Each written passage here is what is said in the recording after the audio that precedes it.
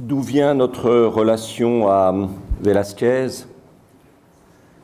Probablement, je ne suis pas le seul dans cette salle, même si ils deviendront inévitablement de moins en moins nombreux à peut-être avoir appris par cœur Elle est toute petite, une duègne la garde, elle tient à la main une rose et regarde. Quoi? Que regarde-t-elle? La rose de l'infante de Victor Hugo dans La légende des siècles, où mon âme est une infante en robe de parade dont l'exil se reflète, éternel et royal, au grand miroir désert d'un vieil Escurial, Albert Samin, peut-être la pavane pour une infante défunte de Ravel. En tout cas, pour moi, des souvenirs très précieux d'une très remarquable professeure d'espagnol, Maï Milou, à Bordeaux, il y a longtemps. Quand elle remettait les thèmes espagnols, j'avais généralement 10 sur 20, et le commentaire qui accompagnait ça, c'était « Eh oui, mon pauvre Monjou, la médiocrité conserve ». Mais avec 10 sur 20, j'étais loin d'être parmi les plus mauvais, si vous voyez ce que je veux dire. C'était une autre manière d'envisager la réforme des collèges. Et c'est quelqu'un qui avait une immense culture hispanique et hispano-américaine et qui, tout en étant d'une rare exigence linguistique, nous a, je crois, tous ceux qui avons eu la chance d'être ses élèves, qui nous a donné le goût, en particulier, de Velázquez. Ou alors, peut-être vous souvenez-vous de cela, il s'agit bien sûr peut-être du chef-d'œuvre absolu de Jean-Luc Godard, Pierrot le Fou, où ici, ceux d'entre vous qui ont la vieille édition en livre de poche de l'histoire de l'art d'Elifort se souviennent que, installé dans sa baignoire, une cigarette au bec, Jean-Paul Belmondo, Bébel, lisait à haute voix des passages de l'art moderne d'Elifort consacrés à Velázquez. Alors, il naît en 1599, il meurt en 1660.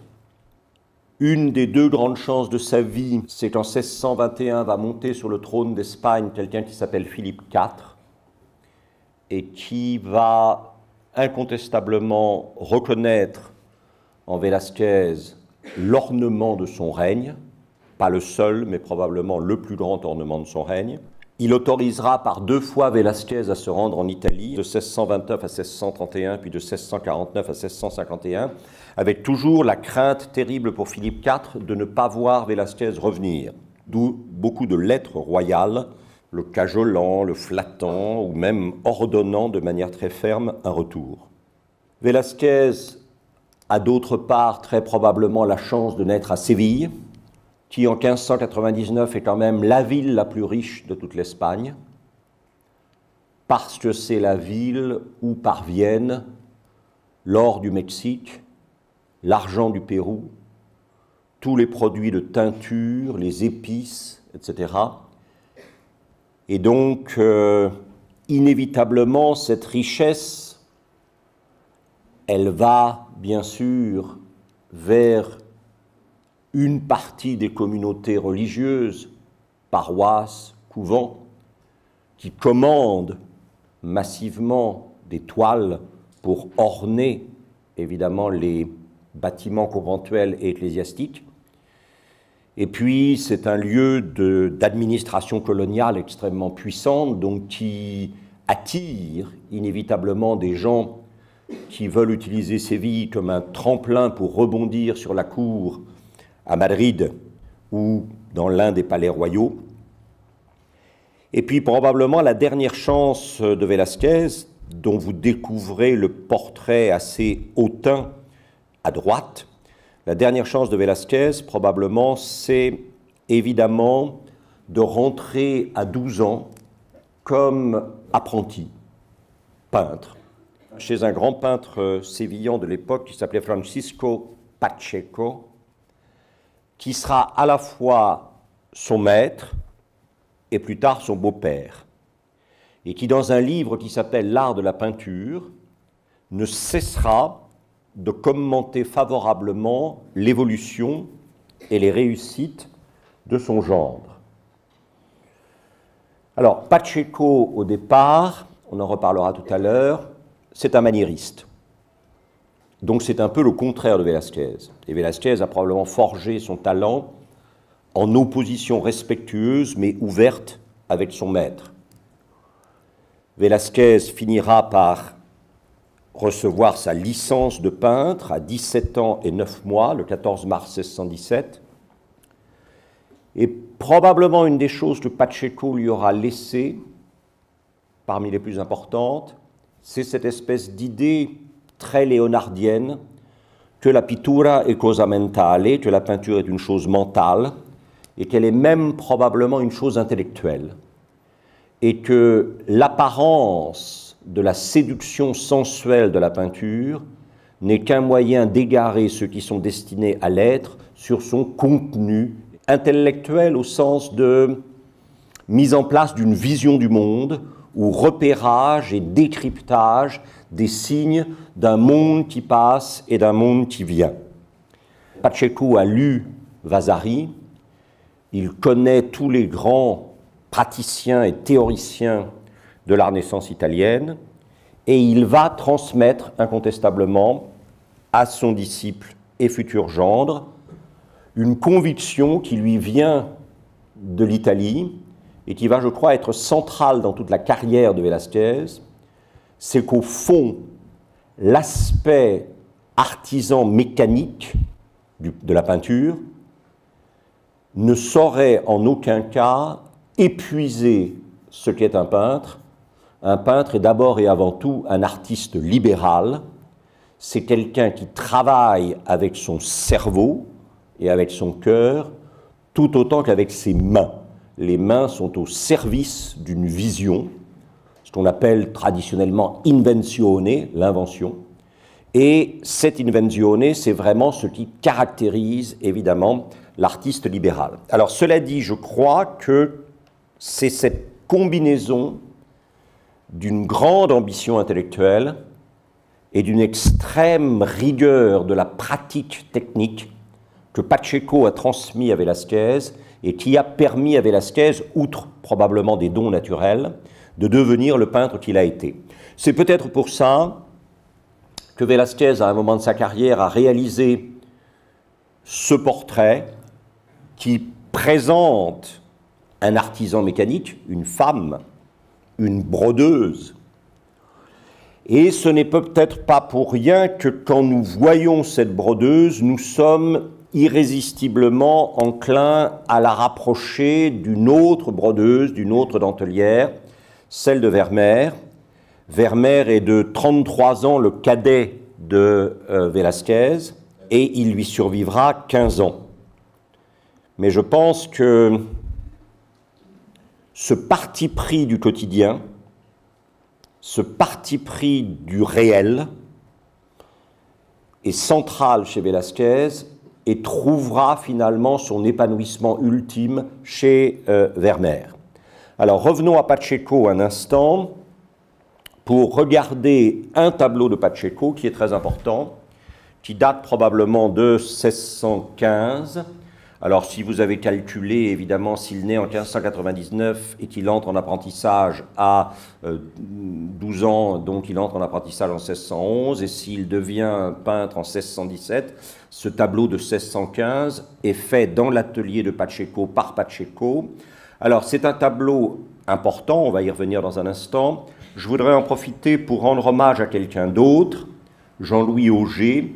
Ceux d'entre vous qui s'intéressent à la vie des musées en France, vous savez que nous avons la chance d'avoir à Castres un musée très remarquable du point de vue de l'art espagnol, que ce musée est dirigé depuis des années par M. Jean-Louis Auger, auteur du Citadel Masno, l'art en Espagne et au Portugal, dont j'ai présenté la couverture à droite, que à plusieurs reprises, Jean-Louis Auger, compte tenu de son extraordinaire qualité de spécialiste et de critique d'art en même temps que sa remarquable rigueur comme administrateur d'institutions publiques, s'est vu offrir des postes extrêmement prestigieux qu'il a toujours systématiquement refusés pour rester à Castres, non seulement parce qu'à Castres, il y a quelques tableaux qu'il considère comme essentiels, en particulier la fameuse Jeanne des Philippines de Goya, qui fait partie des 4 ou 5 chefs-d'œuvre absolus de la carrière de Goya. Tout le monde ne sait pas que c'est là, mais ça y est. Et qu'en plus, Auger, avec l'extraordinaire sens des relations, de l'entre-gens, du charme, de l'humilité, de la bonhomie, mais aussi de l'intelligence qui le caractérise, a su convaincre à plusieurs reprises des mécènes privés, des institutionnels, municipaux, régionaux, etc., de s'engager dans une politique d'achat d'œuvres rares en peinture espagnole, dans une politique de restauration, et il a ainsi fait du musée de Castres un des très très grands musées d'art espagnol au monde. C'est lui, encore une fois, qui est à l'origine, qui a repéré le Pacheco, réalisé donc en 1615 pour le couvent de San Clemente el Real par le maître et le beau-père de Velázquez. La scène est assez classique. Il s'agit d'un Christ nourri au désert par les anges. Vous savez qu'aussitôt après son baptême, le Christ se retire au désert pendant 40 jours. Il jeûne. Il est dûment tenté par Satan 3 fois. Il résiste à la tentation. Et le texte évangélique nous dit que Satan s'étant retiré, des anges apparurent qui le servaient. Et donc, nous sommes exactement dans cette scène-là. Le Christ est resté 40 jours au désert, il a résisté à Satan et des anges apparaissent pour le servir. Anges dont la fluidité et la sinuosité linéaire est très très très réminiscent du maniérisme. Je pense que Pacheco est d'abord et avant tout un maniériste. Et on le voit ici dans les détails à la fois de l'extrême élégance, allongement, sinuosité des formes, en particulier des mains, mais aussi effectivement de tout ce qui sont les draperies, les contrapostis du corps, des corps, etc. Et alors évidemment, vous sentez que ce que les anges font à gauche est assez systématiquement contredit par ce qui se passe au milieu, c'est-à-dire une immense nature morte, table avec nature morte, qu'on appelle traditionnellement en Espagne un bodegón, qui, quand le bodegón est inscrit dans une scène religieuse, s'appelle un bodegón a lo divino. Et l'ensemble de la critique, inspirée par Jean-Louis Auger, je pense à juste titre, mais mon avis n'a pas beaucoup d'importance dans l'affaire, que la partie bodegón a probablement été réalisée en 1615, à 2 ans de l'obtention de sa licence de peintre, par celui qui était le prize pupil, l'élève le plus brillant de Pacheco, qui allait devenir, encore une fois, son gendre en 1619, et pour lequel Pacheco avait visiblement, je crois que ça c'est très important. Je dis souvent que les grands leaders sont des gens qui savent reconnaître les talents, sont des gens qui savent aider les talents à se développer et qui savent combiner des talents. Pacheco a très bien vu qu'il avait dans son gendre quelqu'un d'absolument exceptionnel. Alors, que ça soit d'un côté, évidemment, les éléments codés de Bodegón al Divino, c'est-à-dire que c'est clair que le pain n'est pas là parce que c'est du pain, hein, c'est que ça va pouvoir servir pour une Eucharistie. Que le raisin n'est pas là parce que c'est du raisin, c'est que ça va aussi pouvoir servir pour une Eucharistie, et que le sel est là parce que c'est le sel du baptême. Ça, c'est clair. Mais moi qui ne suis pas très intelligent, je vois ça, hein, en particulier, par exemple, ici. Hein, voilà, vous voyez tout. Mais en même temps, c'est vrai qu'il y a des éléments qui sont des éléments probablement moins immédiatement allégorisés, comme par exemple les faïences de Talavera ou de Triana. Triana, c'est un quartier de Séville, quartier gitan, qui est spécialisé depuis très longtemps dans la production de céramique. Et ça, évidemment, on peut imaginer que ça n'est pas tellement du goût de Pacheco et qu'il confie volontiers ça à son gendre, qui n'est pas encore, évidemment, passé maître. Et je voudrais que vous gardiez ces pots and pans, comme dirait Virginia Woolf, hein, ces pots et ces vases en mémoire. Et puis aussi ce couteau à pointe rabattu que vous voyez là sur la gauche, et qui va nous servir de transition avec ça. Un autre couteau à pointe rabattue, un pilon, un œuf tenu à la main, dans ce qu'on considère généralement comme le premier chef-d'œuvre de Velázquez, la vieille femme faisant frire des œufs. Vieille femme faisant frire des œufs, dont vous voyez tout de suite que par rapport à l'exacerbation de l'élégance linéaire des anges chez Pacheco, on est ici dans quelque chose de beaucoup plus dense, de beaucoup plus volumétrique, de beaucoup plus réaliste.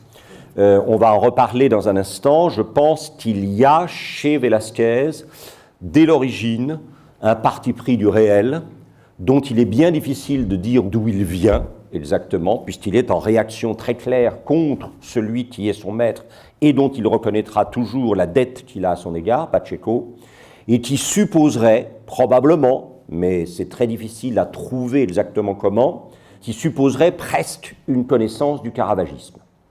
Alors évidemment, il ne faut jamais oublier deux choses.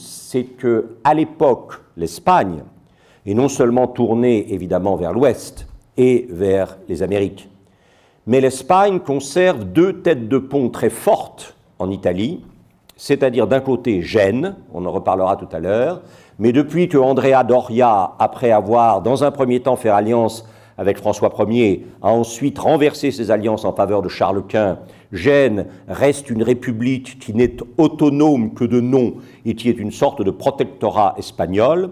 Et puis depuis, évidemment, que les Aragons ont mis dehors le bon roi René, notre angevin provençal, et ont pris le pouvoir à Naples, Naples est quand même une possession espagnole. Et donc, en fait, l'Espagne a deux têtes de pont très fortes dans la péninsule, et il ne faut jamais oublier que quand Caravage est obligé de quitter Rome pour assassinat, qu'il va être protégé par une famille qui est la famille Colonna, et qu'il va se retrouver d'un seul coup, effectivement, obligé de quitter Naples avec l'aide des Colonna, pour lesquels il peindra ses deuxièmes pèlerins d'Emmaüs pour les remercier de l'avoir sauvé. C'est clair que le passage de Caravage à Naples va complètement révolutionner la peinture napolitaine. Ne serait-ce que parce qu'il y a un Espagnol sur place qui s'appelle José Ribera, qu'on appelle Il Spagnoletto, l'Espagnolet, hein, d'une certaine manière, le petit Espagnol, et qu'il n'est pas impossible que des Sévillans, par la médiation de Valence, et puis ensuite, bien sûr, de Naples, aient mis Velázquez et une partie de la peinture sévillane au courant de ce nouveau réalisme qui faisait Flores, effectivement, en Italie à l'époque, et qui attirait. Alors là, l'exposition sur les bas-fonds de la Rome baroque, je ne sais pas si vous l'avez vu, mais si vous ne l'avez pas vu, à mon avis, c'est plus intéressant que l'exposition Velázquez, hein, je vous le dis très clairement. Et ça, c'est vraiment passionnant, parce qu'on voit comment le modèle caravagesque va se diffuser chez les peintres français, chez les peintres flamands, chez les peintres, d'autres peintres italiens, des peintres, enfin, c'est vraiment une très belle exposition au Petit Palais. Et alors, vous voyez, il y a une puissance quand même des matières, hein, il y a une puissance des matières, il y a une puissance du quotidien, que ça soit dans ces œufs qui sont en train de frire dans l'huile d'olive, avec, il faut bien dire quand même, des bonheurs de peinture absolument époustouflants, hein, qui sont là, qui sont absolument prodigieux, hein, ou dans ce verre transparent, qui n'est pas encore un verre à la Chardin, mais qui l'est presque, hein, et qui est le point central de focalisation du fameux Aguador des Sévilliens, le porteur d'eau de Séville, que Wellington a piqué aux troupes françaises en déroute et qu'il a installé à Apsley House, où il est toujours à Londres. Hein. Ce qu'il y a quand même de très très étonnant, c'est cette maîtrise des surfaces, cette maîtrise des textures, que ce soit les étoffes, que ce soit les peaux, et la comparaison entre la peau du visage de l'homme âgé, qui était corse, paraît-il, et puis le visage de l'enfant, et puis alors ces contrastes entre tissu, verre, et puis matière terreuse de la poterie, dont il y a au moins 3 éléments ici, la grande jarre à droite, et puis la plus petite qui est elle-même surmontée d'une autre poterie. Ça, c'est quand même tout à fait éblouissant. Et on a effectivement justement remarqué la présence assez extraordinaire des gouttes d'eau sur la surface de la grande jarre, où on voit encore le travail du tour du potier, qui est quand même très impressionnant. Je pense que c'est le biais d'accès obligé, le bodegón, la nature morte, c'est vraiment le biais d'accès obligé au cœur de l'originalité de Velázquez. Voilà un tableau dont nous allons beaucoup parler. Et vous retrouvez au premier plan les éléments de Bodegón, c'est-à-dire les poteries, les oignons à peine épluchés, les poissons, les œufs, etc. Hein, l'étain de la cuillère. Bon. Alors, ceci prend sa place dans ça, qui est un énorme problème, et dont je pense on lit encore des choses qui sont absolument aberrantes. Alors, je suppose que un certain nombre de gens ont dû reconnaître la scène qui se passe dans ce qui est un arrière-plan énigmatique du tableau. Le monsieur assis est probablement le Christ, je dirais même sûrement. À ses pieds, vous avez une femme qui le regarde et qui l'écoute. On l'appelle traditionnellement Marie. Et derrière, vous avez une autre femme, qui est la sœur de la précédente, et qui la désigne du doigt en disant effectivement au Christ, dis donc, elle en fout pas une rame, elle t'écoute, pendant que moi, je bosse à la cuisine et je prépare tout. Et vous connaissez la réponse du Christ, bien sûr, Marthe, tu t'inquiètes pour beaucoup de choses, Marie a choisi la meilleure part et elle ne lui sera pas ôtée. Le seul problème, c'est la mise en scène, ce qu'on appelle en peinture la composition. Parce que, comme vous le voyez, la scène évangélique, la péricope évangélique, comme ils disent chez les gens qui savent causer, est reportée à l'arrière-plan du tableau. Or, évidemment, si nous regardons quelque chose qui ressemble quand même étrangement à ce que nous venons de décrire, c'est-à-dire à gauche, reconnaissable aux choses qui s'allument et qui s'éteignent au-dessus de sa tête, le Christ. Hein. À droite, la dame assise en contemplation, Marie. Et au-dessus d'elle, la désignant d'un air un peu vengeur, sa fameuse sœur Marthe. Vous voyez bien que là, la scène évangélique est au premier plan. Il s'agit d'un tableau de Tintoret. Nous savons que quand, évidemment, il va traverser la Méditerranée pour s'en aller en Italie lors de son premier voyage, de manière assez extraordinaire, Velázquez se rend directement à Venise, qui n'est pas, quand vous venez d'Espagne, la ville d'Italie vers laquelle vous allez le plus facilement et le plus spontanément.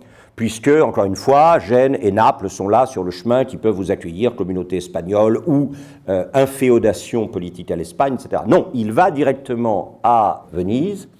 Et je crois qu'il va à Venise parce qu'il y a deux personnes dont il veut voir les œuvres absolument. Ces deux personnes, c'est Titien, dont nous aurons l'occasion de reparler, et l'autre personne, c'est Tintoret.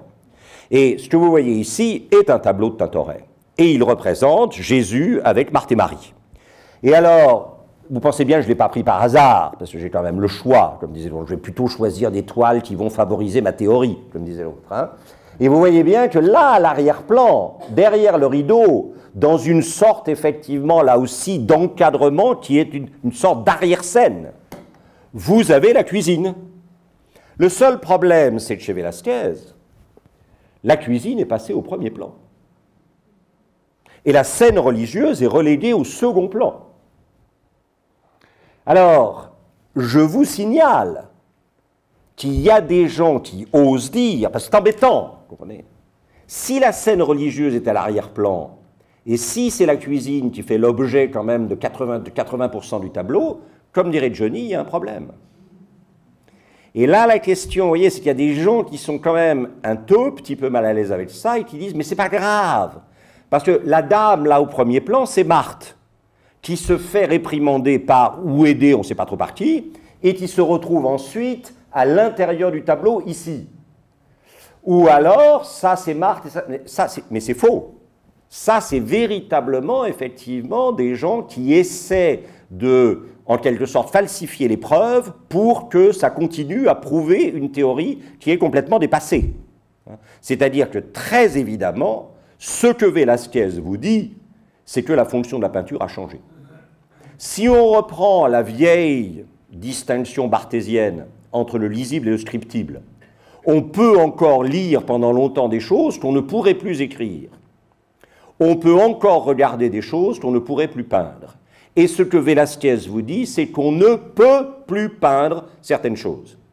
C'est-à-dire que la scène sacrée est passée définitivement au magasin des accessoires. Et qu'il ne s'agit plus de donner un vêtement de visibilité à, effectivement, la révélation sacrée. Il s'agit d'aller chercher dans l'instant la part d'éternité qu'il contient toujours. C'est-à-dire qu'il s'agit de donner à voir ce qu'il y a d'éternité dans chaque instant de la vie la plus ordinaire et la plus quotidienne. Et là, c'est complètement révolutionnaire. Là, je veux dire, on est véritablement dans quelque chose qui fait, évidemment, de Velázquez quelqu'un de très important. Parce qu'il est en train de dire, alors ça court dans, disons, tout le XVIIe. Hein. Caravage ne le dit peut-être pas aussi nettement, mais quand vous voyez la fuite en Égypte d'Annibale Carracci qui est à Doria Pamphili, et que vous vous dites, tiens, mais où il est le vieux, où il est la meuf, le mouflet et l'âne? C'est une fuite en Égypte. Hein. Et dans un premier temps, vous êtes obligé de chercher désespérément ce que vous voyez normalement dans une fuite en Égypte, c'est-à-dire un vieux qui tire le licou d'un âne, assis sur l'âne, vous avez une jeune avec un mouflet dans les bras, et comme les palmes s'inclinent sur leur passage, vous vous dites, bon ben c'est eux, au moins on sait. Là, ils sont à peine repérables. Et ce grand mouvement de perte du grand genre, c'est-à-dire de perte du sujet mythologique, que le sujet mythologique soit d'origine judéo-chrétienne ou qu'il soit d'origine, effectivement, gréco-latine. Ça, c'est vraiment capital dans l'histoire de l'art. Alors, je pense que certains d'entre vous sont en train de se dire « Oh, ben alors, c'est le dernier soir, le vieux nous fait du théorique, oh là là, on a bien fait de venir, parce que bon, voilà. » Bon, mais est-ce que c'est très réel? Alors, c'est vrai que s'il n'y avait qu'un seul exemple, ça ne pourrait pas faire preuve. Parce que vous savez bien que pour qu'il y ait preuve, il faut qu'il y en ait deux. Eh bien, il y en a deux. Et on va... Ah ben oui, quand même, je ne me serais pas lancé. Alors, nous sommes toujours dans le bodegón, c'est-à-dire nous sommes toujours dans la scène de cuisine, avec les pots and pans, et avec quelqu'un qui est de l'ordre de cuisinière, serviteur, serveuse, tout ce qu'on voudra. Qui en plus, évidemment, est une mulâtresse, donc qui, inévitablement, est un personnage qui, dans une société extraordinairement hiérarchisée et très attachée à la pureté du sang, est quelqu'un qui est une marginale. Bon, c'est quelqu'un qui est rejeté à la périphérie des choses. Et alors, est-ce que Velázquez se dit « Oh, je leur ai fait le coup à droite, maintenant je vais leur faire à gauche hein ?» Mais d'un seul coup, vous vous dites, quand même curieux, c'est exactement la même composition. C'est-à-dire qu'il y a au premier plan quelque chose qui ne nous intéresse absolument pas, c'est vraiment bon, l'ordinaire d'eux, et puis derrière, alors il y a vaguement quelque chose qu'on reconnaît. Hein. Un mec, toujours avec des trucs qui s'allument autour de la tête, hein. Et puis un autre type, et puis il semblerait bien qu'il y ait une table, et il semblerait bien que... Et alors d'un seul coup, vous vous dites, ah, mais c'est vrai que le premier jour de la semaine, il y a deux pingouins qui sont repartis vers un coin qui s'appelle Emmaüs, en se disant, on s'est fait avoir, on a misé sur le mauvais cheval, bon, maintenant, il faut rentrer à la maison, il faut reprendre le boulot, c'est pas drôle, mais enfin, oh, il y a bien des gens qui disent qu'ils l'ont vu vivant, mais enfin, bon, voilà, n'importe quoi, comme disait l'autre, bon, voilà. Et alors, tout d'un coup, ils sont rejoints sur le chemin par un type qui leur explique que le Fils de l'homme devait souffrir, etc., etc. Et quand ils arrivent à l'auberge le soir, ils sortent, c'est la plus belle phrase de tout l'évangile, hein. Ils se retournent vers lui et lui disent « Reste avec nous, car le soir approche et déjà le jour baisse. » Et il entre avec eux dans la salle, il s'installe à la table avec eux et ils le reconnaissent à la fraction du pain. Alors d'habitude, enfin chez Caravage, ça fait ça. C'est pas celui des Colonna qui est à la Brera, c'est celui de la National Gallery. Mais, vous voyez, là, au moins, c'est clair. Même moi, qui ne suis pas très intelligent, je me dis quand même, ça doit être les pèlerins d'Emmaüs. Hein. Et là, d'un seul coup, effectivement, vous avez les pèlerins d'Emmaüs. Mais les pèlerins d'Emmaüs, dont on vous dit, alors, très honnêtement, ça n'a pas grand intérêt. Hein. C'est relégué à la périphérie du sens. Et ce qui compte, ce qui est le centre du sens, ce qui est l'essence du sens, c'est finalement la vie humble, aux travaux ennuyeux et faciles, qui, comme disait Verlaine, est une œuvre de choix qui veut beaucoup d'amour. Et c'est ça. C'est-à-dire, il ne s'agit plus d'actualiser l'éternel, il s'agit de dégager la part d'éternel qui est dans tout actuel. Alors, il ne s'est pas arrêté là. Bon, vous devinez que c'est une histoire de forge, hein, à gauche. Il y a toujours des pots and pans, hein, à droite, qui sont quand même assez spectaculaires dans le genre pot and pan, hein, ils savaient peindre. Et alors, c'est la même chose, c'est-à-dire que, ah ben, si ce n'est pas judéo-chrétien, ça peut être gréco-latin. C'est-à-dire, nous sommes dans la forge de Vulcain, et vous avez le débarquement d'Apollon qui dit effectivement à Vulcain, « Toi, le vieux boiteux, t'es cocu. » Eh oui, Vénus se fait mettre par Mars, qui est la femme de Vulcain.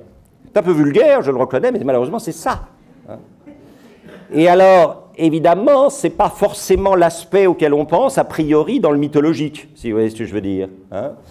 On ne peut pas dire que Vulcain soit très à l'aise. Et c'est vrai que tout ça, si on accepte de le regarder sérieusement, c'est-à-dire de laisser tomber la révérence qui normalement devrait nous habiter devant le sujet du grand genre, hein, on se dit que Vulcain, il est en train de se dire, elle va voir sa gueule à la récré, hein, et que Apollon, c'est le petit con Saint-Jean-Bouche d'Or, hein, qui vient tout simplement, probablement, de s'apercevoir qu'il en a trop dit.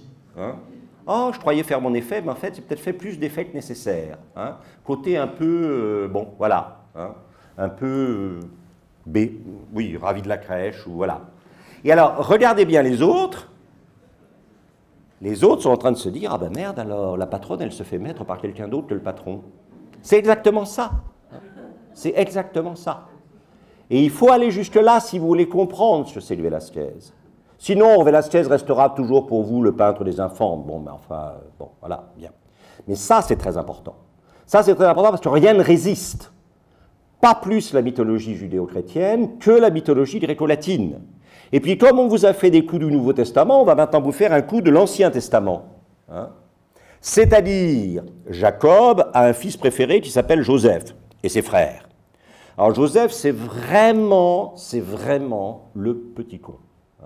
C'est-à-dire qu'il n'hésite pas à dire à ses frères, vous voyez, mes chers frères, j'ai rêvé cette nuit que chacun d'entre nous avait une gerbe, et moi, ma gerbe était debout au milieu du champ, et les vôtres s'inclinaient devant la mienne en signe de respect. Deux baffes. Voilà. Alors, évidemment, ça veut dire que Joseph, au bout d'un moment, les frères vont s'arranger pour le mettre, évidemment, entre les mains de marchands qui vont aller le vendre en Égypte, comme ça on aura la paix, l'histoire de gerbe, ça finit, hein, bon, voilà.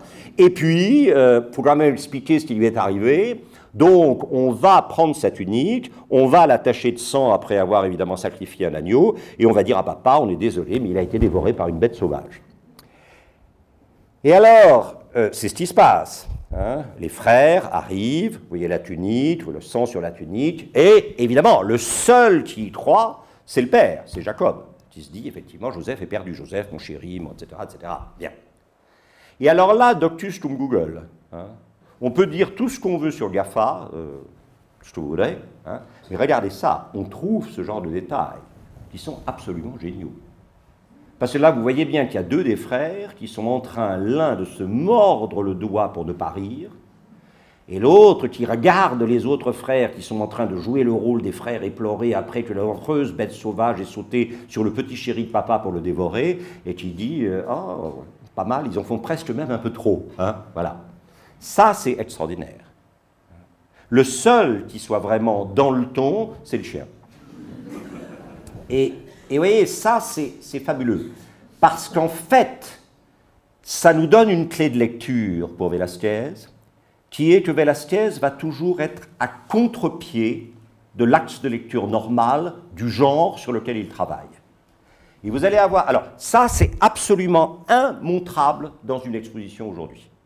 Pourquoi? Parce que les très grands tableaux que vous avez vus, vous allez voir, ne voyagent pratiquement plus. C'est-à-dire qu'on veut bien confier quelques infantes, parce que si par hasard on les perdait, on en a toujours encore qui traînent ici ou là, hein. Mais les très très très grandes toiles, ça, c'est hors de question, parce qu'on ne sait jamais. Hein. Donc voilà. Alors, il ne faut jamais oublier, bien sûr, qu'entre 1630 et 1635, Philippe IV va faire construire un palais de campagne, c'est-à-dire à 3 ou 4 km du centre de Madrid, c'est déjà la campagne, qui s'appelle le Buen Retiro.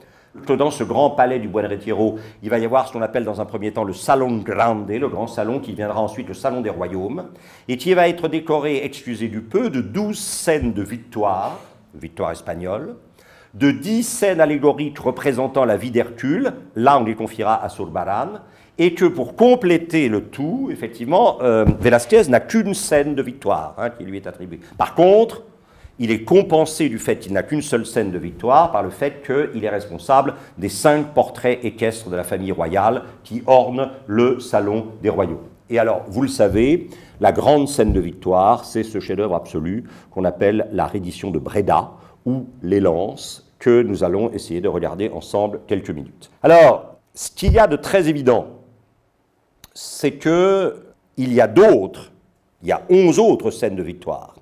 J'en ai isolé une qui a été réalisée par un peintre espagnol, peintre du roi, qui s'appelait Joseph Leonardo, et qui représente la reddition d'une autre ville, la reddition de Juliers ou Jülich sur le Rhin, ville effectivement qui était défendue par Maurice de Nassau, on y reviendra tout à l'heure, contre le même général en chef que celui que Velázquez sera obligé de peindre, d'ailleurs sera ravi de peindre, dans la reddition de Breda ou les lances. Si nous regardons la reddition de Breda ou les lances, il y a une première chose sur laquelle je crois il faut insister, c'est ça.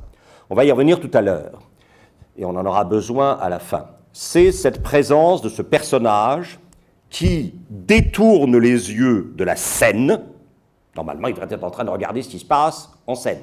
Eh bien non, il détourne ostensiblement les yeux de la scène pour nous regarder, nous, et nous montrer qu'au fond, nous sommes fondamentaux dans le fonctionnement du tableau. C'est-à-dire que nous sommes engagés dans la lecture du tableau, et le tableau n'existe que dans ce qu'on appelle une dialogie, c'est-à-dire un rapport entre l'œuvre et son spectateur ou son auditeur. Et ça, c'est très important, ça permet effectivement de situer le tableau dans un rapport avec, encore une fois, le spectateur qui est extrêmement particulier et spécifique. Deuxièmement, évidemment, nous avons plusieurs choses. Nous avons un redoublement de ces personnages qui ne semblent pas s'intéresser à la scène qui est en train de se dérouler, mais semblent se tourner vers nous. Et nous avons ici, à droite, représenté un autoportrait de Velázquez, qui n'est bien sûr pas à la reddition de Breda, et qui là procède à un léger archaïsme, c'est-à-dire qu'il se met dans la scène comme une sorte de signature.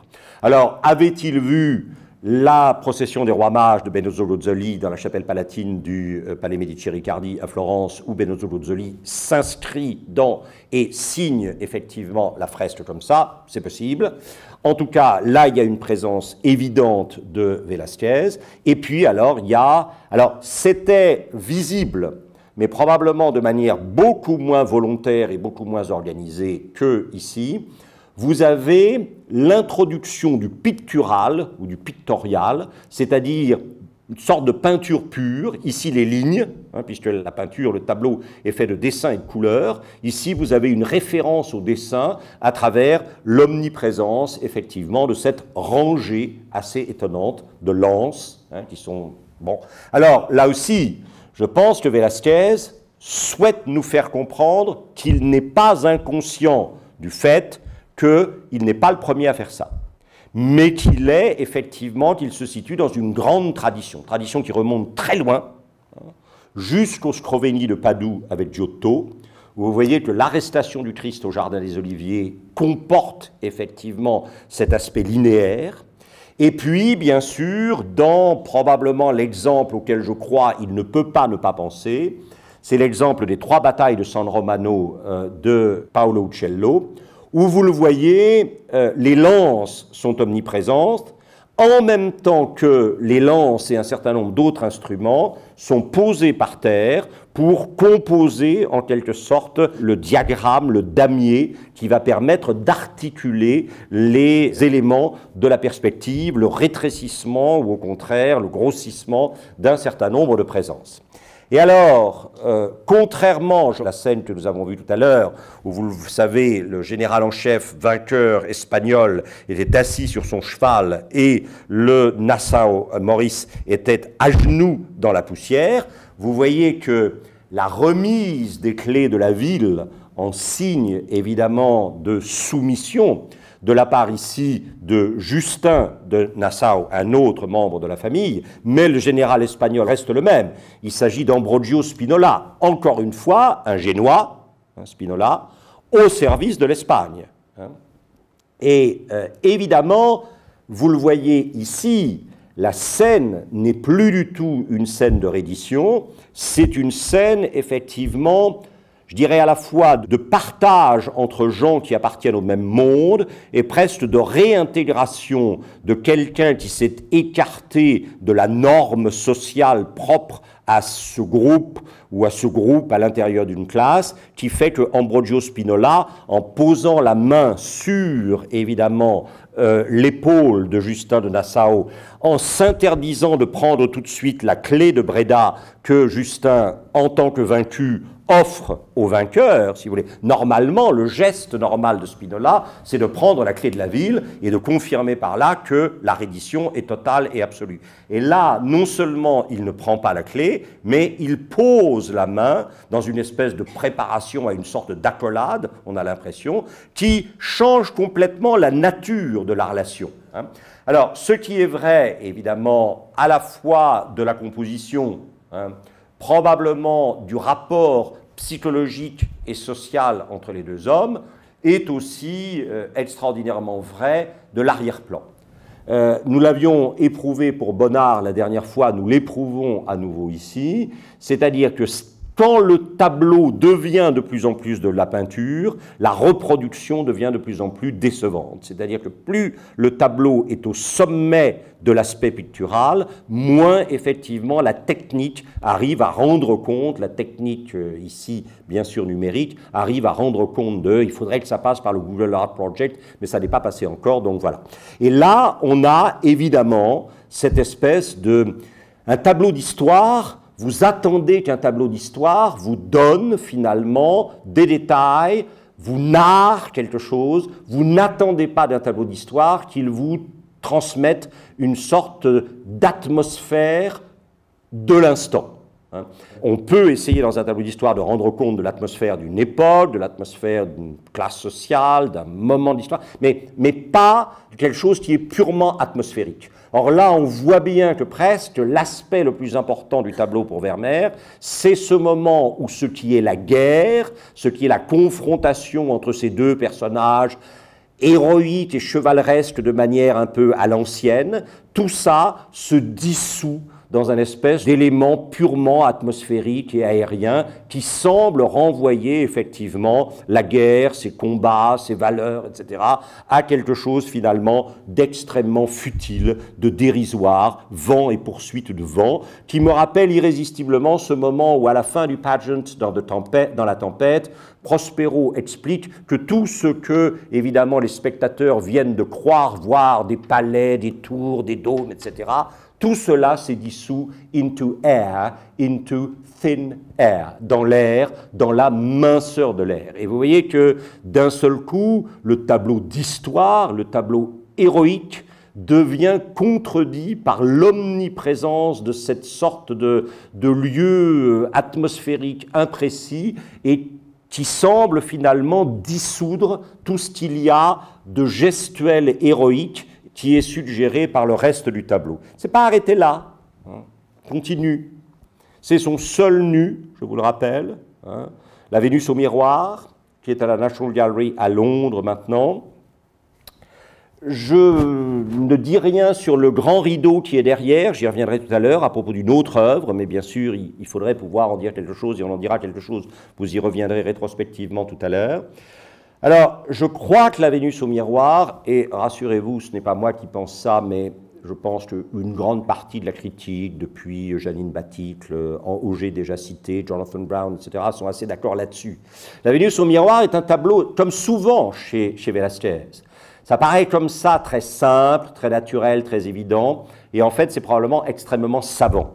Et là, c'est évidemment une des sources, enfin des lieux où on entend le mieux le génie de Velázquez, cette capacité de dissimuler sous un naturel apparence, qui est la suprême élégance, en fait énormément de travail et énormément de réflexion. Je ne parle pas simplement évidemment du travail matériel, artisan mécanique toujours, mais évidemment de la réflexion. Alors je crois que l'idée de la Vénus est évidemment allongée, lui vient de quelqu'un qui a été le praticien de cette Vénus plus que tout, c'est-à-dire évidemment Titien. et la Vénus d'Urbain. Hein. On aura l'occasion de reparler de cela tout à l'heure, dans un instant. Titien est très très important pour Velázquez. Et évidemment, le seul problème, c'est que la Vénus d'Urbain, vous le voyez, est de face. Alors, je crois que c'est quand même un des grands avantages de Dresde. Le grand avantage de Dresde, c'est de présenter dans la même salle une Vénus de Giorgione, une Vénus de Titien et une Vénus de Palmavecchio. C'est-à-dire, en fait, les trois disciples principaux de Giovanni Bellini qui, tous les trois, profitent de l'atmosphérisation de la peinture de leur maître à la fin de sa carrière pour tenter, effectivement, le nu dans le paysage. Ça, je crois que c'est vraiment tout à fait essentiel. Même si ici, c'est un nu d'intérieur, peu importe, le nu tel quel, dans le paysage ou dans l'intérieur, c'est très important. Alors, le gros problème, évidemment, c'est qu'elle n'est pas de dos. Et c'est là où on est probablement obligé de suggérer que, oui, Rubens. Hein, Rubens qui va, au moins 2 fois, faire ces étonnantes toilettes de Vénus, hein, pas d'anorexie, hein, rassurez-vous, mais ces étonnantes toilettes de Vénus, avec l'apparition extrêmement brillante d'une sensualité pré-baudelairienne dans la servante noire. Hein. C'est là où on s'aperçoit que Manet a quand même énormément regardé ces gens-là. Hein, je pense à l'Olympia. Et que probablement Baudelaire a énormément regardé Manet. Hein. Tout ça, ça participe de la même maison. Hein. Et alors, l'avantage évidemment fabuleux d'avoir une Vénus de dos, c'est que pour voir son visage, vous allez être obligé d'introduire le miroir. Hein, qui est évidemment une question sur le tableau. C'est-à-dire, est-ce que le tableau est un miroir du réel ou est-ce que le tableau est une manipulation du réel en vue de faire dire au réel ce qu'il disait de manière inchoative mais qu'il n'avait jamais encore articulé. Et je pense effectivement que tout le projet de Velázquez, c'est un projet qui consiste à dire la fonction de la peinture, ça n'est plus de représenter un sens sacré. La fonction du réel, c'est effectivement de donner à entendre un message qui, une sorte de manifestation de sens produit par la réalité elle-même, pas par un ailleurs de la réalité qui serait le divin, le mythologique, etc. Et ce sens est inchoatif dans le réel, mais dans la toile, dans l'art, il se donne à entendre, il s'articule de manière très claire. Alors bon, pourquoi Rubens, hein? Parce que Rubens, en 1628-1629, est en Espagne. Il est envoyé par les oncles de Philippe IV, l'archiduc Albert et l'archiduchesse Isabelle, qui sont, je vous le rappelle, les commanditaires fondamentaux de Rubens. Hein. Ils passent pas mal de temps à Anvers, dans la maison de Rubens, à regarder Rubens peindre. Et alors là, il y a eu quelque chose d'absolument fabuleux. Hein. Je ne sais pas comment ça s'est passé, enfin, il faudrait avoir quelqu'un qui aurait le génie d'un Mallarmé ou d'un Valéry pour inventer le texte du dialogue que nous n'avons pas. Mais dites-vous qu'en 1628-1629, ont arpenté ensemble les salles de l'Escorial où étaient présentés les tableaux inspirés par les métamorphoses d'Ovide que Philippe II avait commandé à Titien, Rubens et Velázquez. Rubens a tout de suite reconnu le génie de Velázquez. Et il a tout de suite emmené Velázquez avec lui, arpenter les salles de l'Escorial pour regarder les fameuses fables ou poèmes que Titien avait composés à la demande de Philippe II pour l'Escorial à partir des métamorphoses d'Ovide. Et donc, il a vu, ça c'est très important, ça on le sait, il a vu effectivement Rubens copier ou faire des copies des métamorphoses d'Ovide revues par le Titien pour Philippe II, et il a osé non seulement copier, mais transformer. C'est-à-dire qu'au fond, le geste de l'artiste mécanique qui copie et transforme devient la révélation de l'artiste libéral qui pense autre chose que ce qu'il voit et qui est capable de voir autre chose que ce que tout le monde voit. Et alors évidemment, la présence des deux miroirs est extrêmement précieuse, hein, et que ce soit le miroir de Rubens et le miroir... Alors, c'est là où on voit bien la différence entre Rubens. Rubens est encore un peintre qui parle beaucoup, Velázquez est déjà un peintre qui finalement suggère, plus qu'il ne nomme, hein, pour reprendre la distinction classique de Mallarmé. Et c'est vrai que néanmoins, tout ça c'est quand même extraordinaire parce que je ne suis pas absolument convaincu que ça ne débouche pas sur ça.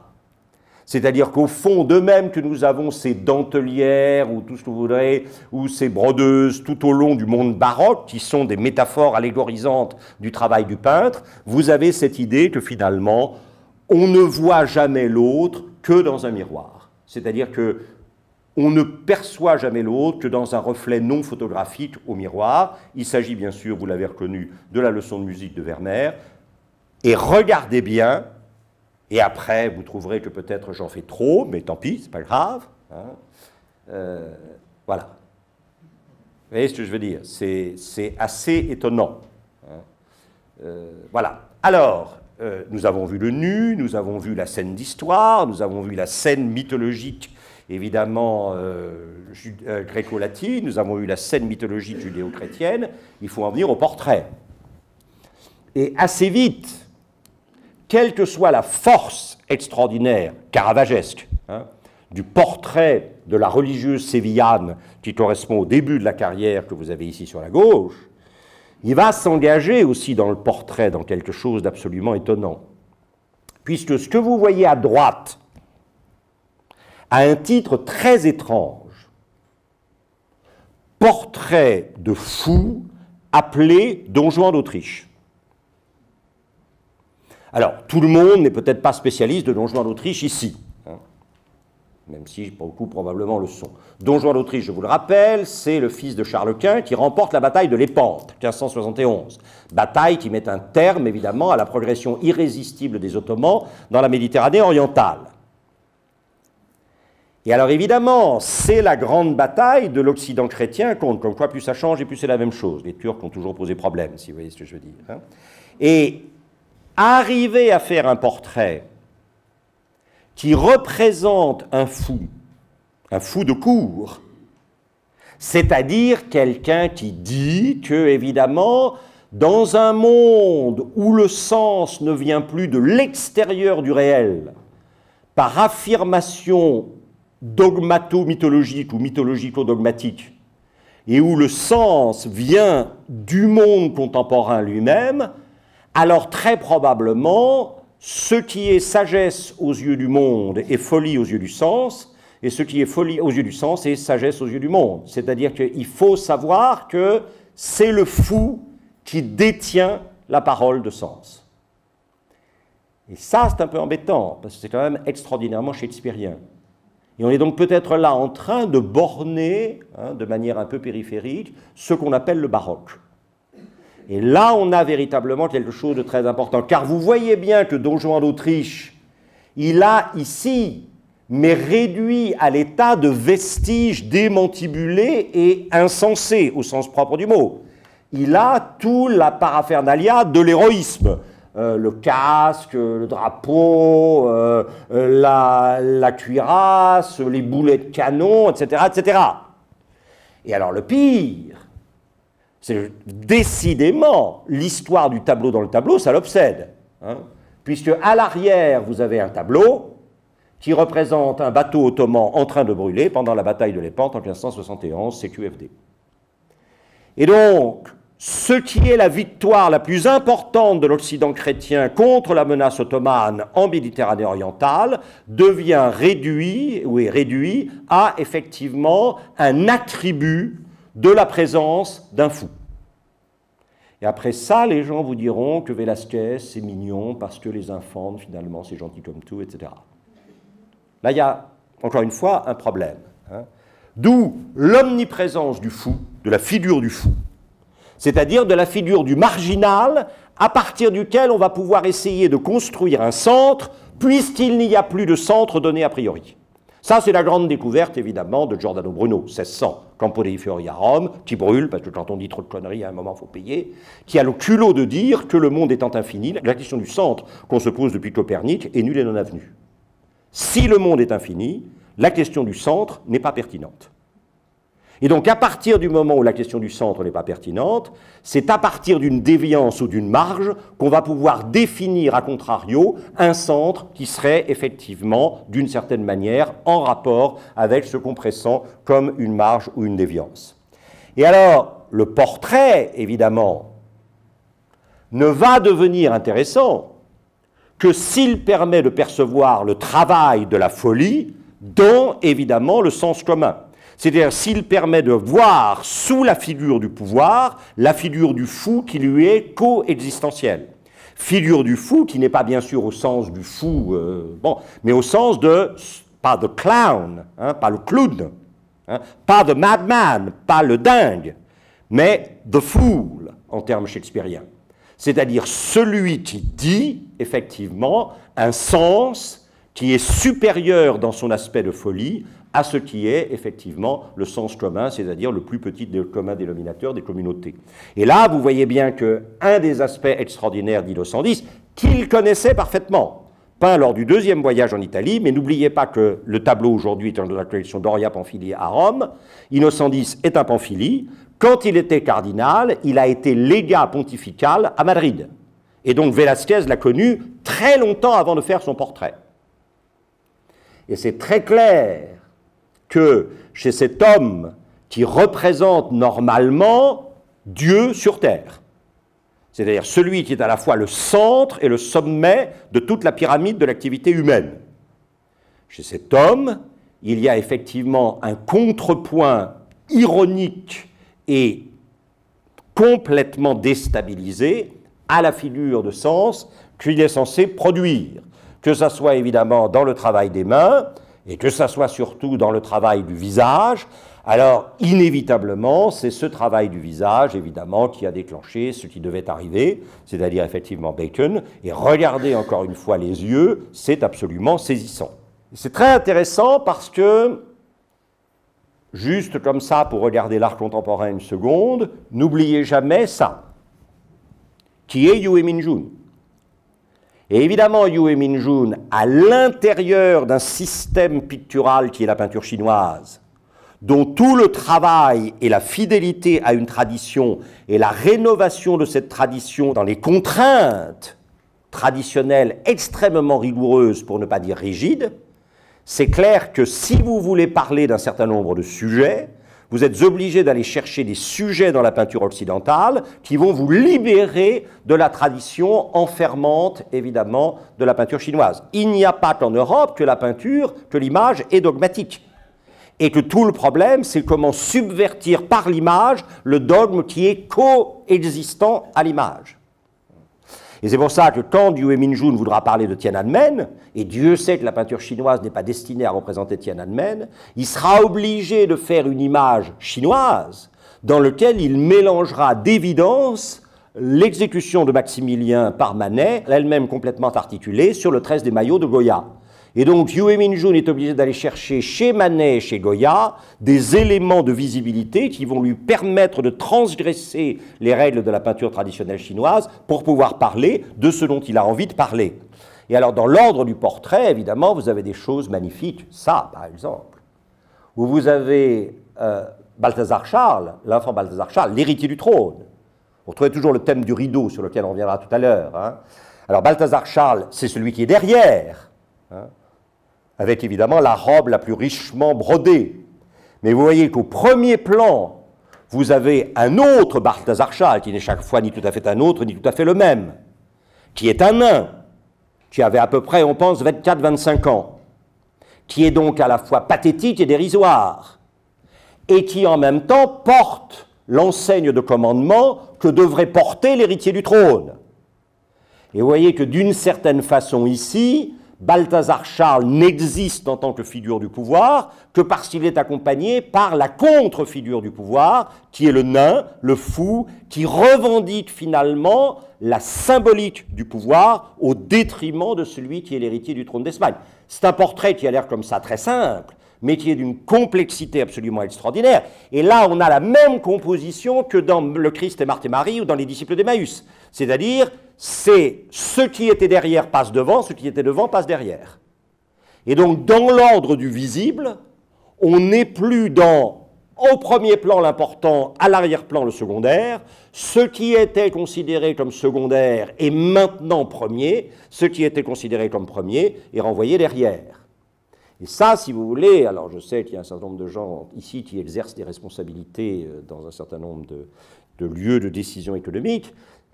quand j'essaie d'expliquer dans mes séminaires qu'il faut se méfier d'une vision dogmatique du monde, et qu'il faut être sûr qu'on est en train de travailler sur la réalité quotidienne avec les cartes les plus empiriques et les plus contemporaines possibles. Parce que sinon, on va plaquer cette vision dogmatique sur une réalité par essence mobile. Hein. Et à ce moment-là, évidemment, il ne faudra pas se plaindre si la décision qui a été prise vient buter contre une mobilité qu'elle n'avait pas prévue et qui, effectivement, l'empêche de devenir efficace. Mais ça, c'est exactement ça. Le portrait ici est complètement à contre-temps. Balthazar Charles devrait être au premier plan, il représente le pouvoir, il représente... Alors vous voyez bien qu'il l'a mis en hauteur quand même, il a sauvé ce qu'il pouvait l'être. Mais il a mis effectivement ce nain fou au premier plan et il lui a transmis l'instrument du pouvoir. Et alors, vous voyez, ça, je trouve ça extraordinaire. Est-ce que le sujet du portrait c'est Balthazar Charles ou c'est le chien? C'est toujours évidemment Balthazar Charles. Puis alors, il y a quand même un truc absolument fantastique, mais on ne regarde pas assez, on n'est jamais assez attentif. On passe en disant, tiens, c'est Balthazar Charles. Bon, en costume de chasse, comme papa, comme tonton, parce qu'il y avait papa, tonton, etc. Bon, que je n'ai pas rapporté ici. Mais quand même, la grande question, c'est la casquette. À partir du moment où l'enfant d'Espagne porte sa casquette comme ça, il y a un problème. Alors, soit on ne met pas de casquette parce qu'on veut que le visage soit visible, soit si on met la casquette comme ça veut dire que ça tangue au pays des merveilles. Je crois qu'il faut nous méfier comme de la peste.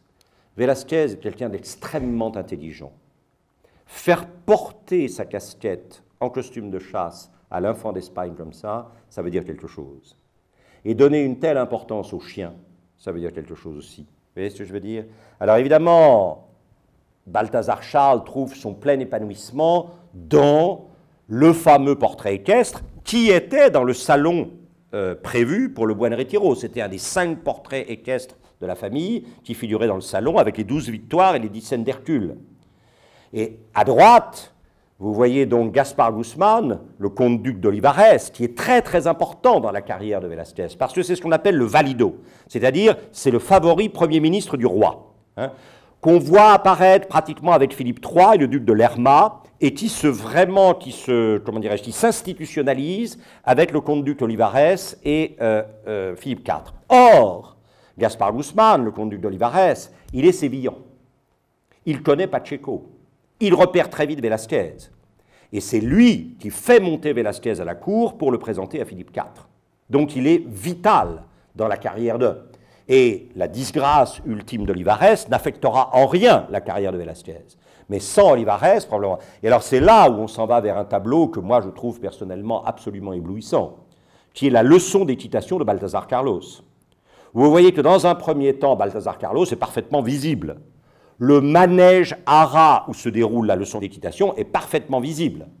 Et puis quand vous commencez à regarder les détails, en particulier, vous le voyez, alors vous me direz, c'est parce que le vieux nous fait des théories, mais en fait, Velázquez a oublié le fixateur pour, etc.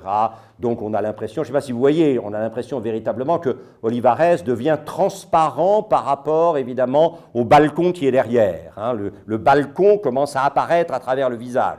Alors quand on sait le soin avec lequel Velázquez peint, ça m'étonnerait que ça soit simplement de la négligence. Quant alors à la représentation du roi et de la reine, qui sont sur le balcon, ça c'est fabuleux. Parce que c'est plus une représentation. C'est une sorte d'apparition quasiment déchiquetée. Et cette apparition quasiment déchiquetée, elle pose un problème auquel vous pensez tous à l'instant, c'est-à-dire celui-là. Qu'est-ce que c'est que ce pouvoir qui n'est plus que fragmentaire et suggéré de manière déchiquetée ou qui n'apparaît plus qu'en reflet? Qu'est-ce que ça veut dire? Quand par ailleurs, lors du deuxième voyage à Rome, Velázquez présente ce portrait de son esclave mulâtre, Pareja, qui est absolument magnifique. Et là, on ne peut pas dire qu'on est dans l'apparition déchiquetée ou dans le reflet en miroir. Hein, c'est un portrait d'un homme noir absolument superbe qui a fait courir tout Rome. Hein. Il a terminé le tableau à Rome et les gens se cavalait à travers tout Rome, peintre, mécène, membre de la curie, pour voir le tableau, tellement le tableau a été reconnu comme absolument somptueux. Et ce n'est pas le seul. Hein. Regardez par exemple Luis de Góngora, l'auteur des Louisiades, à gauche, le personnage probablement le plus intelligent de l'Espagne de Philippe IV, qui ici est peint d'une manière aussi présente, aussi massive que tout à l'heure Pacheco, le maître et beau-père. Et puis, il y a un pouvoir de l'intelligence, il y a un pouvoir, effectivement, chez Pareja, de la qualité de la présence, et il y a un pouvoir de la séduction, très évidemment, de la beauté. Cette femme, qui est un des rares portraits féminins extraordinairement séduisant de Velázquez, qui est aujourd'hui à la Wallace Collection à Londres, et qui est vraiment, que ce soit dans les couleurs, ce mélange de noir, de marron assez fort, et puis ce bleu extrêmement délicat et presque invisible, c'est absolument magnifique.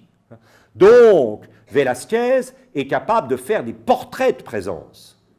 S'il relègue le pouvoir politique à des portraits d'absence, ou s'il fait du sujet politique, comme l'a dit très justement Benassar, un sujet absent du tableau. C'est-à-dire que le sujet est présent, mais il est présent par une forme d'absence, ce qui est beaucoup plus intéressant. Alors évidemment, on est obligé quand même de lier les deux, on ne peut pas échapper. Hein. C'est-à-dire que dans le miroir des Ménines, hein, réapparaît probablement le premier grand miroir de la peinture occidentale. C'est-à-dire évidemment le miroir des Arnolfini, au bout duquel vous avez très probablement Van Eyck, qui vous dit, devant le tableau, c'est à partir de mon œil que le tableau se compose, et à l'intérieur du tableau, au fond du miroir, c'est aussi mon œil qui referme le tableau sur lui-même. Donc le tableau, l'image n'existe que dans l'œil de celui qui la crée. On dit d'ailleurs, il faudrait parvenir à une analyse beaucoup plus fine, je crois, que ce qu'on peut faire ici et même dans d'autres endroits. En fait, Giovanni Arnolfini et sa femme ne se tiennent pas la main dans le miroir, mais ils se tiennent la main dans le tableau, ce qui montre bien effectivement que Van Eyck fait un tableau qui n'est pas une photographie du réel, mais c'est un tableau qui, comme c'est un épithalame, un tableau de mariage, il dit, et il leur dit même pas, il les regarde, il pose, ils ne sont pas en train de se tenir la main, mais lui sait bien que le sens du tableau, c'est le fait qu'ils s'aiment, et donc il leur fait se donner la main. Mais dans le miroir qui reproduit le réel et pas le tableau, effectivement, ils ne se donnent pas la main, ce qui est extrêmement intelligent. C'est absolument vertigineux. Et alors évidemment, le portrait de papa et maman hein, apparaît là-bas au fond. Alors, c'est l'éternel problème. Hein. Qu'est-ce qui se passe? Alors, on pense que, avant même 1734 et l'incendie de l'Alcazar de Madrid, dans lequel un certain nombre de tableaux de Velázquez ont été très abîmés, certaines personnes disent que probablement les Ménines ont perdu leurs deux côtés dans l'incendie, d'autres disent que c'était déjà fait avant. Mais il semblerait effectivement qu'il y ait eu deux côtés aux Ménines. Hein. Vous voyez là, le tableau tel qu'il est aujourd'hui, hein, à peu près, avec la fenêtre. Il y aurait eu deux tableaux qui seraient là, on ne va pas les détailler maintenant, qu'il vous suffit de savoir que ce sont des tableaux de Rubens, laissés par Rubens lors du voyage en Espagne, et copiés ici par Mazo, le gendre de Velázquez. Et alors, évidemment, la grande question c'est, vous avez quelqu'un qui peint quoi? Ben, qui peint le sujet obligé, le sujet réel, mais qui va devenir le sujet apparent, c'est-à-dire le roi et la reine, les figures du pouvoir. Et à ce moment-là, surgit dans l'espace, qui n'est pas celui du tableau, mais qui va le devenir, parce que c'est ça qui est extraordinaire, l'espace du tableau va disparaître, et l'espace réel va devenir l'espace du tableau. Surgit l'infante et sa suite, et tout d'un coup, Velázquez se dit, ben voilà, le problème, c'est d'arriver à saisir la part d'éternité qui est dans le surgissement instantané de cette innocence, de cette beauté, de ce charme. Et c'est ce qui se produit. Hein. L'infante rentre, on est en 1656 bien sûr, hein, au moment où Velázquez est en train de peindre évidemment ses parents. Et alors vous voyez, c'est là vraiment où l'artisan mécanique est supplanté par l'artiste libéral. C'est-à-dire que l'artisan mécanique se représente lui-même en train de peindre avec ses mains et sa palette. Donc on est bien dans de la technique matérielle. Mais en même temps, parce qu'il compose un tableau que vous ne verrez jamais celui qui est là, et qu'il y substitue un autre tableau que vous ne devriez normalement pas voir, qui est l'entrée complètement hasardeuse et fortuite de l'infante et de sa suite, il vous prouve par là qu'il est capable de réordonner la hiérarchie du représentable. Le représentable, ça n'est plus le pouvoir politique, ce n'est plus le roi et la reine, c'est le mystérieux surgissement de la grâce instantanée, de l'innocence et de la beauté, représenté par cet enfant, accompagné des deux Ménines, ces deux demoiselles d'honneur, la naine, que nous avons vu tout à l'heure, qui incarnait la suite, le page qui est en train de flanquer un ramponneau au chien, la religieuse, le précepteur, et puis alors, évidemment, quelque chose qui est absolument fondamental, c'est ce qui se passe derrière, c'est-à-dire, évidemment, cette idée que, du coup, le roi et la reine sont renvoyés à un statut de reflet, et de reflet fragile dans le miroir, ce qui veut en même temps dire que puisque vous êtes devant le tableau, c'est vous qui êtes le roi et la reine du tableau, puisque vous êtes dans la posture du roi et de la reine qui était peint par Velázquez. Et puis, il y a la question, bien sûr, de l'ouverture de la porte sur laquelle on va revenir dans un instant. Mais vous voyez, là, il vous montre ce dont Pacheco lui avait dit dès le début, n'accepte jamais de te laisser enfermer dans le statut d'un artisan mécanique. Les Italiens nous disent, et tu dois absolument relever ce défi, tu es un artiste libéral, c'est-à-dire tes mains ne comptent qu'en tant qu'elles donnent à voir quelque chose que tu as dans la tête et dans le cœur, et dont il appartient aux mains de le rendre visible pour, effectivement, tes spectateurs. Et alors, bon, la grande question, encore une fois, c'est ce qui se passe à l'arrière, hein, où, évidemment, vous avez quelqu'un qui ouvre, qui pousse évidemment un rideau et qui fait surgir une source de lumière dont vous voyez bien que le but de cette source de lumière oblique, c'est irrésistiblement d'attirer votre regard vers la droite et d'éloigner votre regard du miroir et du roi et de la reine. Et donc le roi et la reine sont une deuxième fois renvoyés au statut de sujet apparent et plus de sujet réel qui était celui qui les occupait au départ du tableau. Et alors vous le savez, ce qui est absolument extraordinaire, moi j'en suis persuadé, mais vous n'êtes pas obligé de me croire, hein. Là je reconnais que je pousse le bouchon un peu loin, mais c'est non è vero, comme disait l'autre, hein. Pensez bien que le blanc qui est derrière là, c'est très probablement l'après de la toile. C'est-à-dire que c'est l'avant-peinture, avant que la toile soit recouverte de dessins et de couleurs. C'est ce réservoir de formes et de couleurs qui est là depuis toujours. Et c'est quelque chose qui a déjà existé en peinture, mais très peu de gens s'avouent. C'est quelque chose qui existe déjà dans le manteau complètement blanc, sauf les deux petites rayures très fines, noires, du personnage dans le miracle du nouveau-né de l'école du Saint à Padoue de Titien jeune. C'est probablement le premier ensemble de tableaux plein par Titien. Et il faudra ensuite, pour retrouver un blanc qui se détache sur du blanc et qui vous oblige à une acuité de l'œil extrêmement précise pour percevoir la différence entre un blanc et un autre, il faudra attendre Casimir Malevich.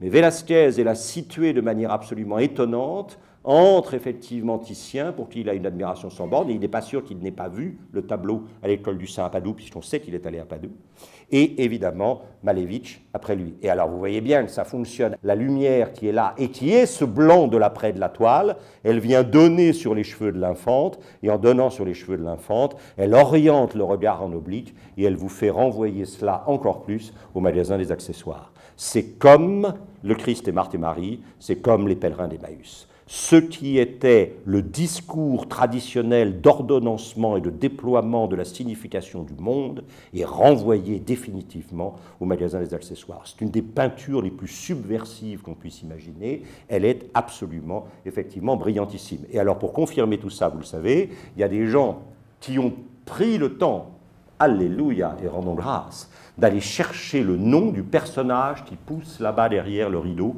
pour faire surgir la source de lumière alternative au roi et à la reine. Ce personnage s'appelait, c'est prouvé maintenant, Velázquez. Et donc, évidemment, vous avez deux fois Velázquez qui crée du visible dans le tableau. Alors, rapidement, quelques éléments, hein.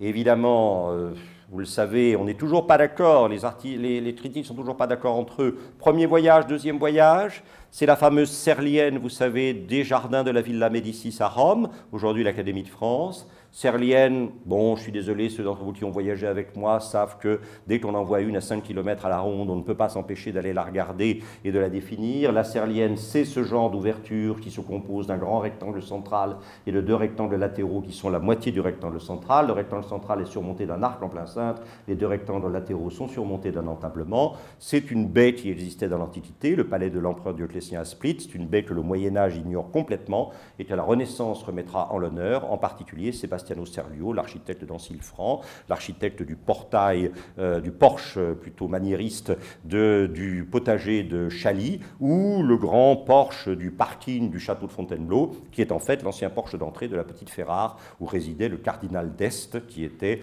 le beau-frère par alliance de François Ier. Bon, peu importe, c'est pas grave. Et c'est Serlio, si, mais c'est grave aussi quand même, finalement. Hein.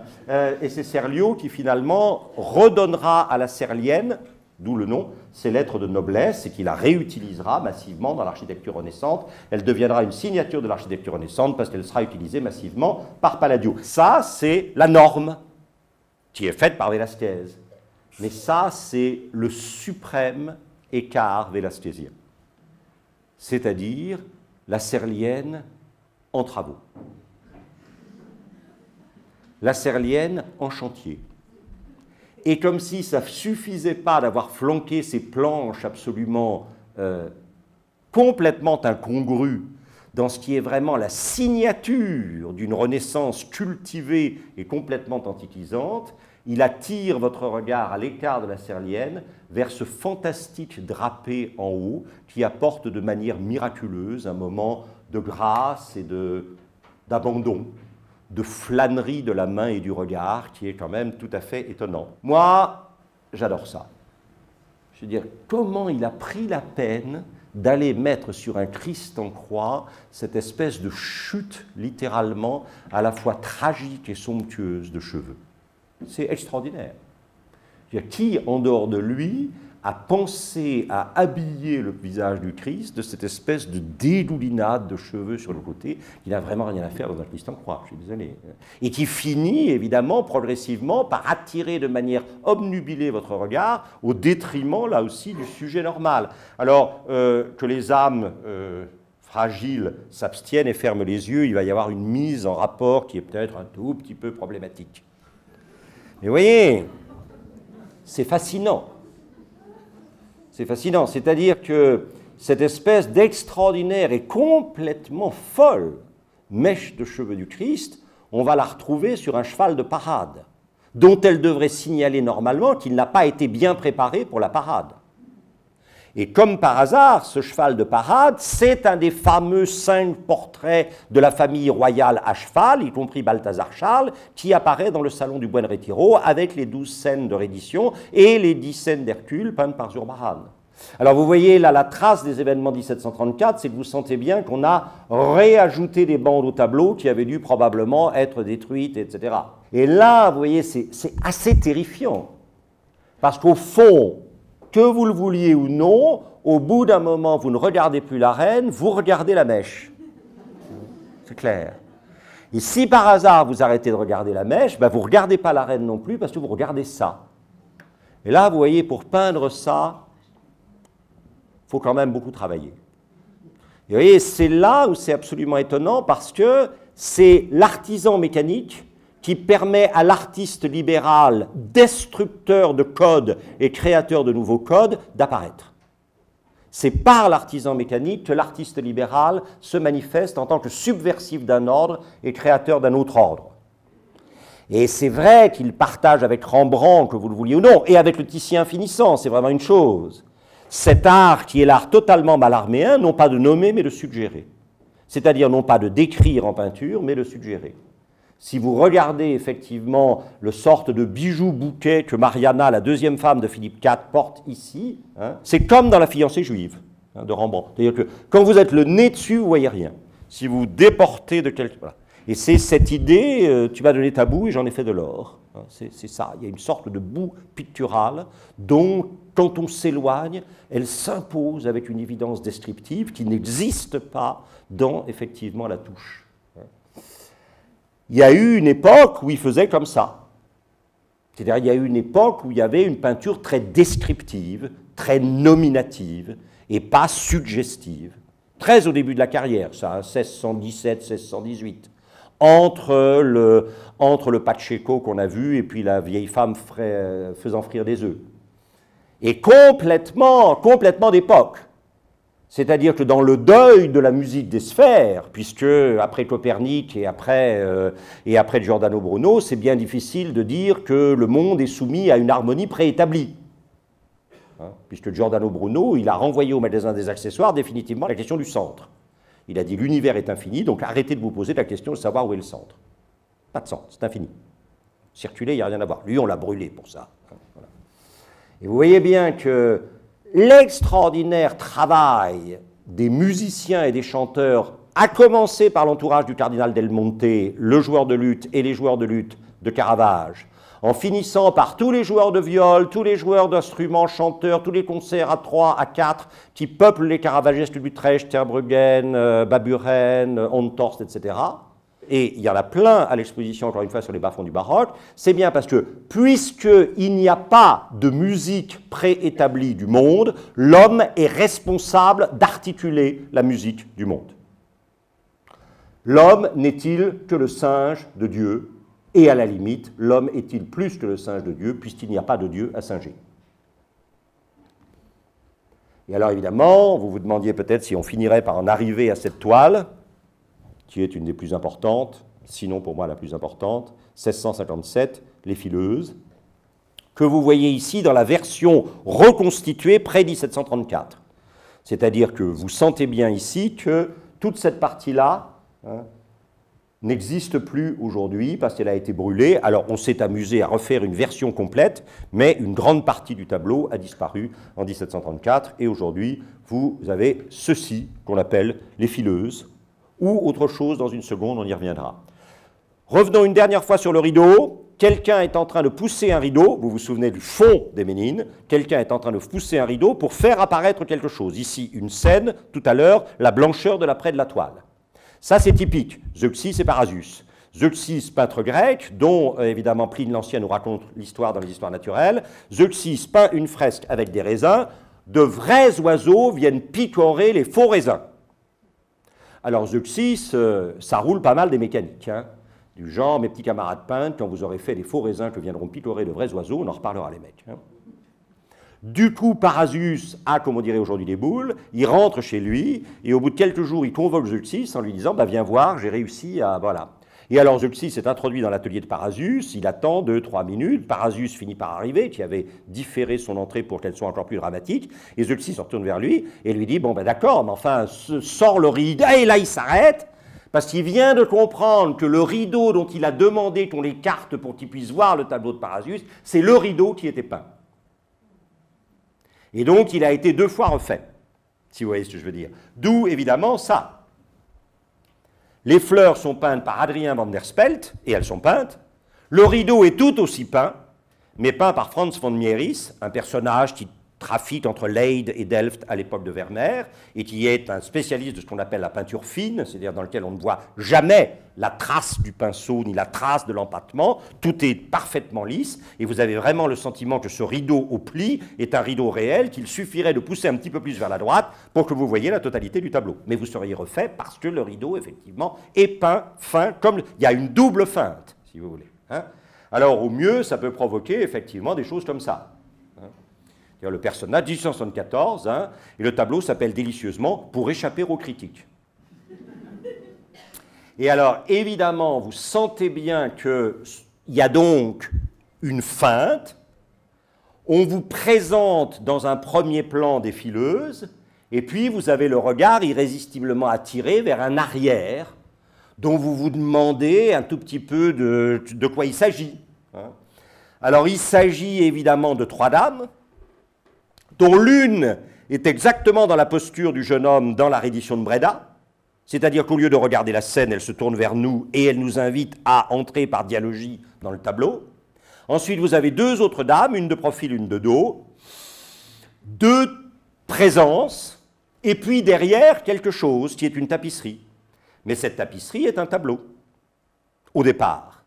C'est l'une des métamorphoses d'Ovide, l'enlèvement d'Europe, peint par Titien pour Philippe II, pour l'Escorial, que donc Velázquez a vu en compagnie, bien sûr, de Rubens, et qui est aujourd'hui à la Isabella Stewart Gardner à Boston. Et alors le plus extraordinaire, c'est que ça, c'est la copie que Rubens a fait de l'enlèvement d'Europe sous les yeux de Velázquez dans les galeries de l'Escorial. Vous voyez ce que je veux dire? C'est extraordinaire. Et alors évidemment, à l'arrière, vous avez l'enlèvement d'Europe, vous avez Titien, Rubens et la transformation du tableau en tapisserie, donc trois états de l'image, avec au premier plan une femme et une femme casquée. Et alors là, inévitablement, parce que vous êtes des spécialistes de la mythologie, vous savez qu'il n'y en a que deux qui ont eu ce genre de pépin. C'était un pauvre imbécile qui s'appelait Marsyas et qui n'a rien trouvé de mieux que de dire à Apollon « tu joues de la lutte, mais t'es pas bon hein ». On va voir celui de nous deux qui joue le mieux de la lutte. Et en fait, Marsyas a fini écorché vif. Hein. Et là, la pauvre Arachné, hein, elle éprouvait le besoin de dire partout que Minerve ou Pallas Athéna c'était bien, mais qu'elle ne savait pas tisser, la pauvre andouille. Hein. Et alors, évidemment, il s'est passé ce qui s'est passé, c'est-à-dire que Pallas, Minerve, que vous reconnaissez toujours au fait qu'elle est casquée, qu'elle a une lance, un bouclier, etc., eh ben, elle a transformé Arachné en ce en quoi elle devait la transformer, c'est-à-dire en un insecte arachnéen, c'est-à-dire une araignée, pour la punir. Hein. Et là, vous avez la transformation. Et là, vous avez à nouveau Arachné qui est en train de tisser et de dire à Minerve, tu vois que je sais tisser mieux que toi. Et Minerve qui lui dit, ma pauvre chérie, si tu savais ce qui va t'arriver. Hein, voilà. Et ça, c'est un Toret. Encore une fois, on est toujours dans le même cercle. Et alors donc, à l'arrière, vous ne savez plus très bien ce que c'est. Une peinture, deux peintures, une tapisserie, une scène mythologique dans une peinture, tapisserie, regardée par deux ou trois autres personnes, jusqu'au moment où, effectivement, vous comprenez qu'encore une fois, quelqu'un est en train de vous dire, c'est surtout pas ça qu'il faut regarder. Il faut regarder autre chose. Ce n'est pas effectivement le roi et la reine qu'il faut regarder, c'est l'infante. Ce n'est pas le Christ et Marthe et Marie, c'est la femme et la servante. Et la femme, là, elle vous dit, regardez surtout pas l'image, regardez celles qui font l'image. C'est-à-dire qu'au fond, un problème très contemporain. Le problème n'est pas l'image, le pouvoir n'est pas dans l'image, il est dans le fait de pouvoir faire image. Et ça devient vraiment... Et alors évidemment, vous avez tout. Le sujet du tableau, ce sont les fileuses. C'est-à-dire, au fond, celles qu'on ne devrait pas voir. Et c'est finalement ici l'artisan technique, mécanique, qui devient le sujet privilégié du travail de l'artiste libéral. In my end is my beginning, comme disait l'autre. Et c'est somptueux.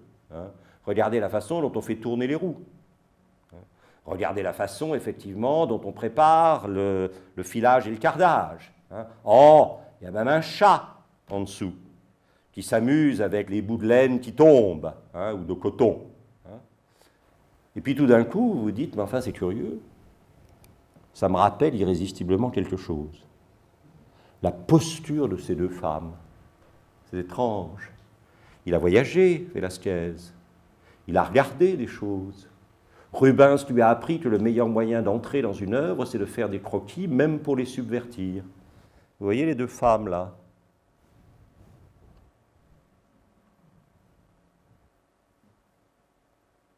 Et Velázquez vous dit, si Michel-Ange était ici, il ne peindrait plus les Ignoudis, il peindrait les fileuses.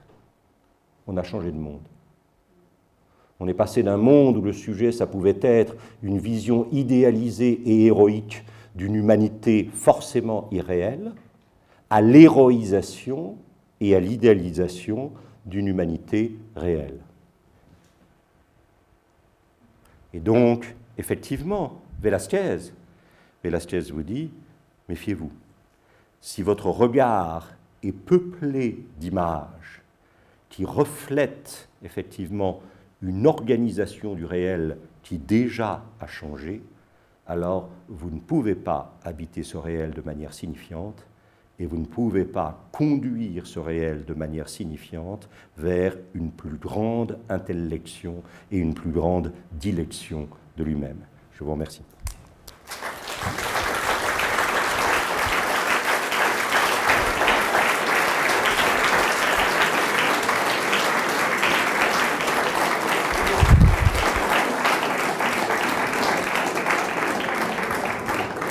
Je voulais vous remercier de votre fidélité tout au long de l'année, vous dire que je suis extrêmement touché de l'accroissement constant et régulier des, entre guillemets, troupes. Cela me touche beaucoup. Je vous en remercie, je vous souhaite un très bel été, et si vous n'avez rien de mieux à faire, nous nous retrouverons à la rentrée. Merci.